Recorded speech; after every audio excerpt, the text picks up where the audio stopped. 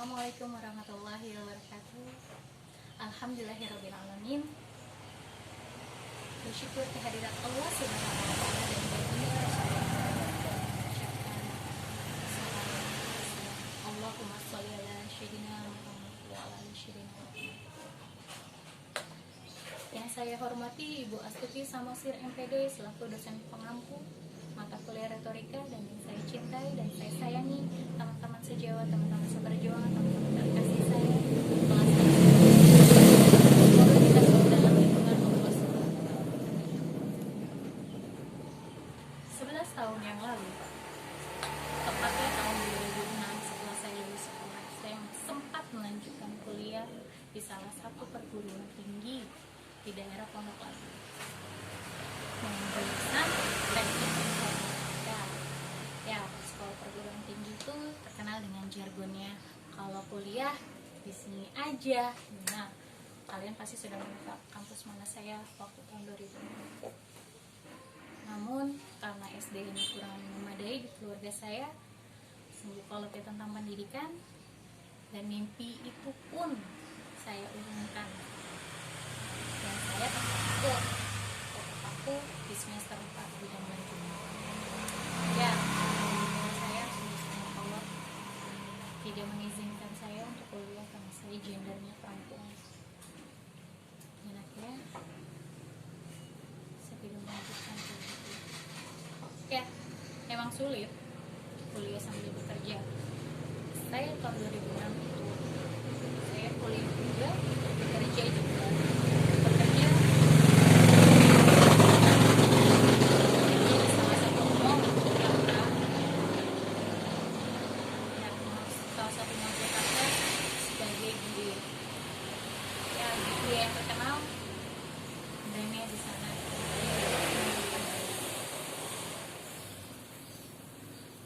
Memang sulit antara membagi waktu antara kuliah dan bekerja.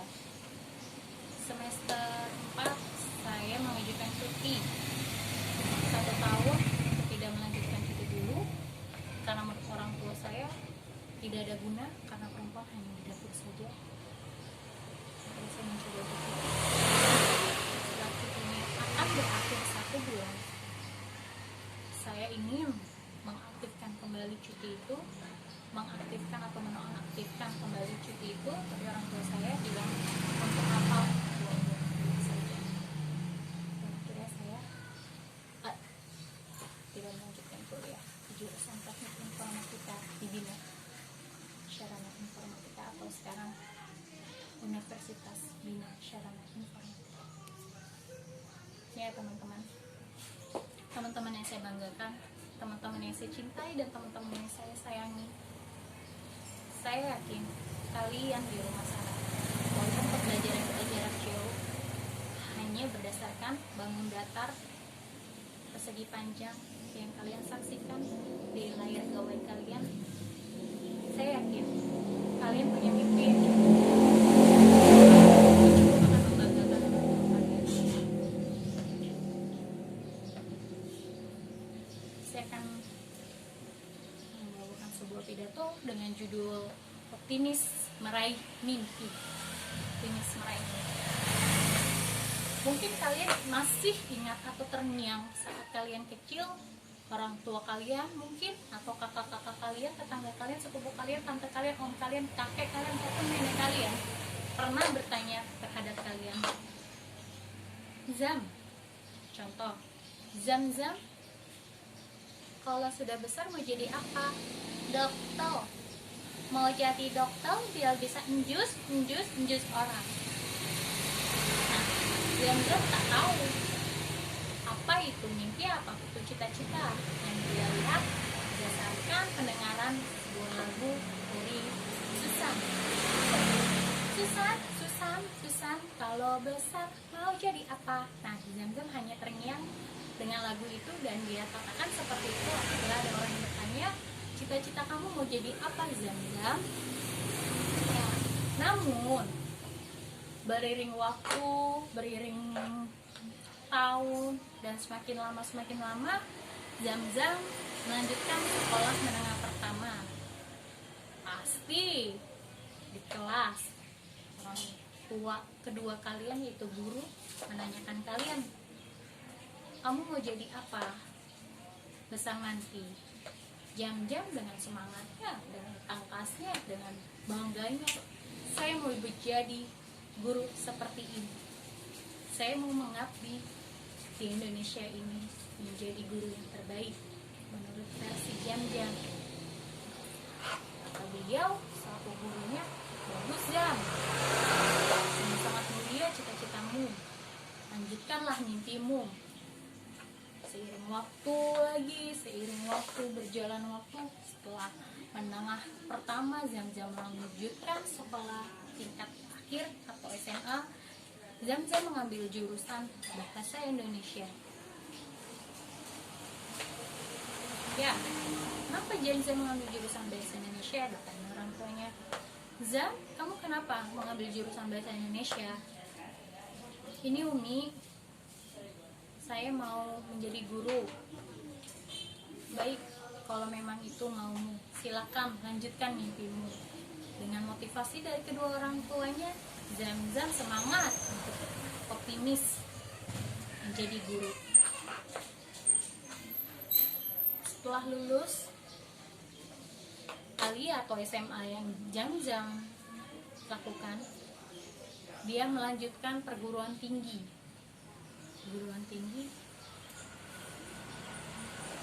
Dia masuk ke Universitas Indraprasta, jurusan Fakultas Bahasa dan Seni. Ya, si Zam-zam akhirnya terus termotivasi menjadi guru. Ya, mimpi Zam-zam terbukti. Bedain antara mimpi bunga tidur dan mimpi semangat untuk meraih cita-cita. Itu beda konteks. Mimpi bunga tidur dan mimpi saat cita-cita kalian ingin kalian laksanakan. Pasti itu mimpi. Mimpi adalah suatu keinginan, cita-cita yang hendak diwujudkan disertai usaha, kerja keras, perbuatan. Itu mimpi. Kata saya tadi, beda konteks saat kalian tertidur. Itu mimpi. Mimpinya beda konteks ya teman-teman. Masih digarisbawahi. Mimpi adalah suatu keinginan atau cita-cita yang hendak diwujudkan disertai usaha dan perbuatan. Itu adalah mimpi. Ya, 4 tahun sudah Zam-zam kuliah di Indraprasta Universitas dengan mendapat predikat Hamlet. Cita-cita Zam-zam, mimpi Zam-zam dari SMA sampai perguruan tinggi terlaksana terwujud. Pakai keras dia. Setelah 3 tahun, berapa tahun? 10 tahun, Zam-zam akhirnya menjadi guru dan mendapatkan predikat Hamlet dari Universitas Indraprasta. Sungguh bangga dong orang tuanya pastinya. Kalian juga, saya yakin di luar sana pun pasti mempunyai cita-cita. Cita-cita itu memang harus dikerja keras, harus punya usaha, harus punya jiwa atau perbuatan yang harus kita lakukan, bukan hanya diam saja. Contoh kecil, wow, badanku gendut sekali, pinggang aku melebihi 100. Kayaknya aku mau diet nih. Ya, mulai besok aku mau diet. Aku mau olahraga, mau fitness, mau makan dikurangi, tidak makan nasi, banyakin sayuran, protein. Ya, saya pun lakukan itu. Ya, datanglah besok hari. Niatnya di hari sebelumnya ingin olahraga, makan yang dijaga segala macam ketatnya, terlupakan oleh harapannya dia, oleh mimpinya dia untuk menjadi diet agak kurusan berat badannya. Ya, harapan itulah harapan. Jadinya harapan itu ya cuma harapan. Tidak ada kesungguhan atau perbuatan atau tingkah laku yang dilakukan si subjeknya ini. Sehingga misalnya sebuah harapan. Kalaupun dia mau dari hari sebelumnya dia niat untuk diet, hari selanjutnya dia diet dan dia sukses saat melakukan pola dietnya baik dan badannya ideal. Nah, mimpinya dia terwujud karena dilakukan dengan perbuatan. Seperti itu, teman-teman. Tetapi mimpi itu yang bagaimana sih, teman-teman? Ya, mimpi yang sesungguhnya ketika kita tidak hanya memikirkan diri kita sendiri, tapi ada manfaat untuk orang lain. Tidak hanya memikirkan diri kita sendiri dan ada manfaat untuk orang lain. Seperti Zamzam, mimpinya ingin menjadi guru. Dia 10 tahun, dia belajar, sukses ke dirinya dia, ke mimpinya dia, dan dia akhirnya menjadi guru. Ya, itu sukses. Dan dia punya manfaat, ilmunya dibagi ke anak didiknya, peserta didiknya. Nah, itulah yang dinamakan sukses mulia. Sukses mulia, teman-teman. Contoh, sukses mulia itu seperti ini, teman-teman. Aku anggap ini kaki kanan aku sukses, ini kaki kiri mulia. Saat kita melangkah, sukses. Ya, benar, sukses. Tidak diimbangi kaki kiri. Kaki kiri. Hanya sukses. Tapi saat kita berjalan diimbangi kaki kanan dan kaki kiri, menjadi sukses yang mulia karena kita tidak memikirkan diri kita dan kita ada manfaat untuk orang lain. Nah, itu yang disebut sukses mulia. Tidak ada mimpi yang hanya memikirkan kita sendiri, harus berbagi dengan yang lain. Itu namanya sukses mulia. Bagaimana cara meraih mimpi? Yang pertama, berdoa. Pasti semua manusia pasti punya doa dan keinginan yang ingin diwujudkan. Kedua, bersyukur, selalu bersyukur apa yang didapat, selalu berusaha lagi, istiqomah. Saat kalian ingin meraih mimpi kalian, istiqomah, tidak hanya diam saja, tidak hanya bertekuk lutut di sini saja, tapi kalian punya usaha terus. Percaya Tuhan akan menghasilkan mimpi kita yang terbaik. Sabar. Tidak ada sesuatu mimpi pun yang kita dapat itu dengan seperti kita menggosok Aladin, lampu wasiat, digosok, tibalah tuh jin minta apa aja. Kita harus sabar. Selanjutnya apa? Ikhlas. Kita harus ikhlas. Kita menjalani semua rutinitas kita, kita menjalani kegiatan kita untuk meraih mimpi kita. Kita harus ikhlas. Karena ikhlas itu mudah diucapkan tapi sulit untuk kita jalankan. Begitu sama dengan sabar. Sabar mudah dilakukan tapi sulit untuk dijalankan. Bagaimana semuanya itu bisa dibalut dengan doa. Saat kita sabar dan ikhlas, kita dibalut dengan doa, semuanya akan terlaksana mimpi-mimpi kita. Dan yang terpenting, kita harus tahu apa kelemahan kita. Kita harus tahu bagaimana kelemahan kita.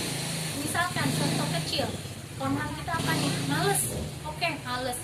Ya, kita harus bikin rentetan kegiatan kita, atau kita bikin map mindset kita buat di kamar kita. Saya pernah melakukan itu di belakang itu kamar saya mindset saya tertingginya saya apa? Saya di situ ingin menjadi dosen. Di situ saya mindset saya ingin menjadi dosen. Entahlah, karena saya ingin menjadi dosen dan saya berusaha untuk bagaimana saya menjadi dosen. Dan saya melihat dosen-dosen saya, khususnya Bu Astuti, karena Bu Astuti dosen mata kuliah retorika, saya melihat dosen saya sungguh luar biasa saat mengajar di kelas totalitas. Nah, saya harus seperti itu, teman-teman. Kita harus mencari dan menggali kelemahan kita. Kalau kita malas terus, genjot kemalasan itu dengan lempar dengan rasa semangat kita. Kalian pasti menggunakan WhatsApp, bukan? Jomkum pendiri WhatsApp. Dia bukan orang hebat, dia bukan orang kaya, dia bukan sekolah di perguruan tinggi, dia bukan orang dari galangan orang terkaya, terpandang, bukan. Jomkum itu dia salah satu pendiri WhatsApp atau yang menemukan WhatsApp atau pionirnya WhatsApp. Dia mencoba membuat WhatsApp untuk merubah kehidupan orang tuanya yang tinggal sendiri, mamahnya yang tinggal sendiri, untuk bisa membahagiakan dia. Dan apa, dia berusaha semua untuk meraih mimpi-mimpi itu dengan kiat-kiatnya dia, dengan menggali kekurangannya dia, dengan menggali kekurangannya dan mencari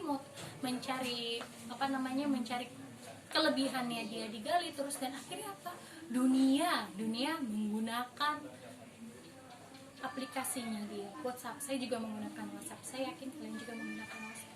Ya seperti itulah mimpi itu harus benar-benar ada kerja keras, ada perbuatan, benar-benar ya harus dilakukan dengan ikhlas, ridho, sabar, istiqomah, berdoa, dan mencari kekurangan kita. Tuh. Seperti cerita awal yang saya ceritakan tadi, saya berhenti kuliah tahun 2008 saya berhenti kuliah dan saya mau lanjut kuliah lagi. Saya seperti Zam-Zam, saya SMA pengen jadi guru. 2008 saya coba cari perguruan tinggi, PGSD. Saya mencari PGSD itu di depan stasiun depan terminal Lebak Bulus. Saya nyari situ, namanya ilmu kolam atau apa gitu lembaganya. Saya daftar di situ di PGSD itu tahun 2008, tapi lagi-lagi saya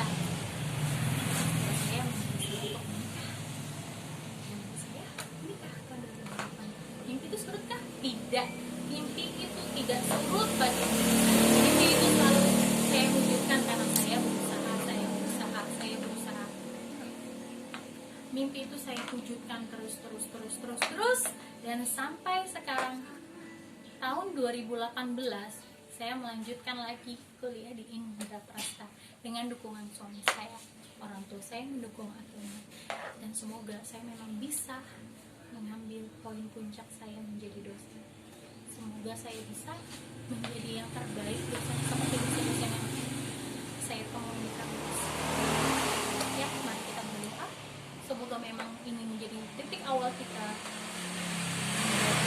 titik pembukaan kita, sama-sama berdoa. Apalagi nih ada wabah seperti ini. Jujur di 5 mata kuliah ini, antara retorika, sosiolinguistik, sosiologi sastra, kajian puisi, dan psikologi sastra, sungguh menarik. Dan saya sudah mencoba untuk bagaimana saya belajar berretorika. Saya sudah belajar ini dan saya sudah sangat antusias pelajaran retorika. Kenapa? Karena saya terbata-bata saat berbicara di muka umum. Nah, saya mempelajari retorika dan saya mendapatkan semua ini PJJ. Saya sangat sulit sih PJJ, tapi semua ini saya yakin ada hikmah di balik semuanya. Saya yakin ada sesuatu, ada musibah pasti ada hikmahnya. Tidak ada sesuatu yang tidak ada hikmahnya saat kita membersihkan hati kita untuk selalu bersyukur, berterima kasih terhadap Tuhan Yang Maha Esa semuanya. Semoga kita selalu dalam lindungan Allah Subhanahu wa Ta'ala. Semoga cita-cita kita bisa terwujud, semoga mimpi kita bisa terwujud, semoga apa yang kita inginkan bisa terwujud, semoga kita bisa membanggakan orang tua kita semua, dan semoga kita bisa bertugas bersama, meraih ijazah bersama, tanpa menjatuhkan teman-teman, tanpa menjatuhkan orang lain, tanpa